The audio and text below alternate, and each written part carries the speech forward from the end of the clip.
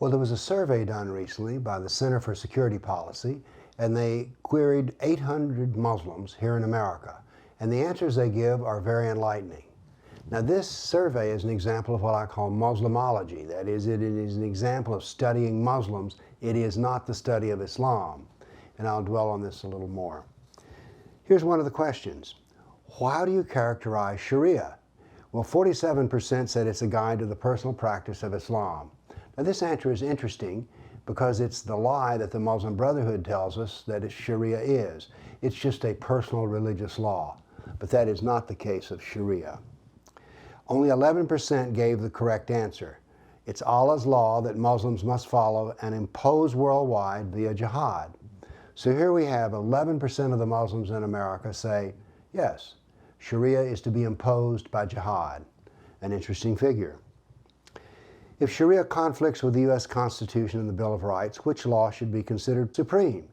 43% said that the Constitution and the Bill of Rights, but 33% said that the Sharia should be supreme. Now, you may say, well, see, Muslims believe more in the Constitution than they do in Sharia. Well, this may be. Muslims may believe that, but Islam itself states that our Constitution is man-made, is inferior, is jahiliyyah, that is a document of ignorance, and it should be destroyed. So in this case, only 33% got the answer correct. Should Muslims in the United States have their own courts or tribunals for Sharia law? Well, 39% of Muslims queried said only U.S. courts, but 51% said that they either ought to be tried in a Sharia court or have that choice.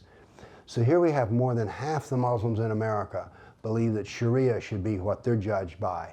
In short, they're not here to be part of America. They're here to be pure Islam. Muslims in America should have the choice of being governed according to Sharia. So we have the same question again, and 51% agree. Yes, Muslims should be governed by Sharia, not by our laws, not by our courts. Another question. I believe that violence against those who insult the Prophet Muhammad, the Quran, or Islamic faith is sometimes acceptable. 29%, nearly one Muslim in three, says yes, violence is an acceptable answer if we don't like what you say about Islam. Violence against Americans here in the United States can be justified as part of global jihad. 25% of the Muslims queried said yes, that is true, violence is acceptable. Now then, what do you consider the meaning of jihad? Well, 51% of Muslims say that it's the personal struggle to become more religious. Now, there is some merit for this answer, because if we take the hadith in Bukhari that deal with jihad, we find that 2% of those hadith do refer to spiritual jihad, but 98% of the hadith refer to killing kafirs. So the right answer is, and 16% said this, is that jihad is a violent war against the unbelievers of Islam. 11% said it could be nonviolent, but it was to undermine non-Muslim states and peoples. And then we have this.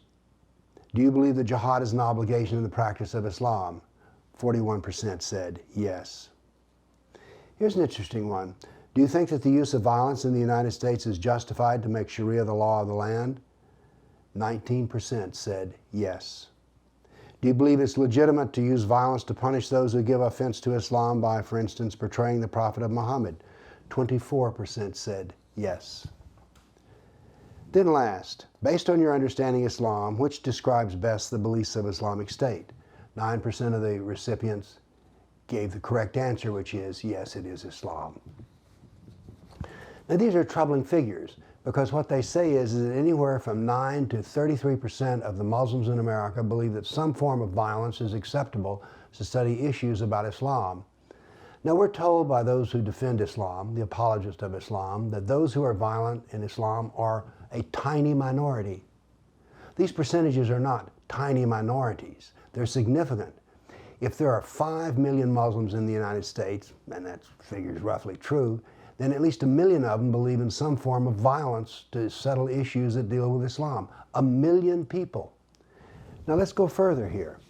Why can such a person be a citizen of the United States? Because to become a citizen you have to take an oath, which says that you renounce and abjure absolutely and entirely all allegiance and infidelity to any foreign prince, potentate, state, or sovereignty of which the applicant was before a subject or a citizen.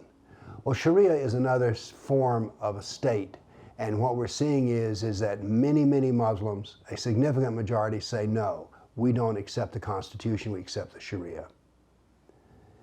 Bear true faith and allegiance to the Constitution.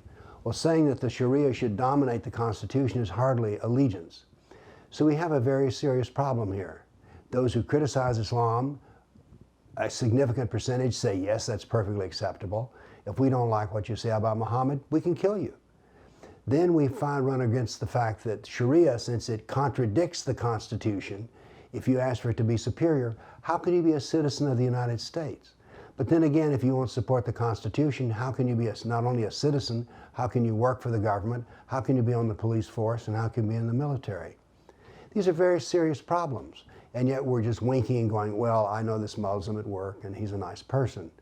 Well, listen to what they say. Nice or not, a significant percentage believe that violence is good and that the Sharia is superior to our Constitution.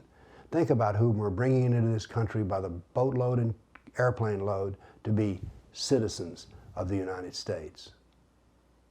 Thank you.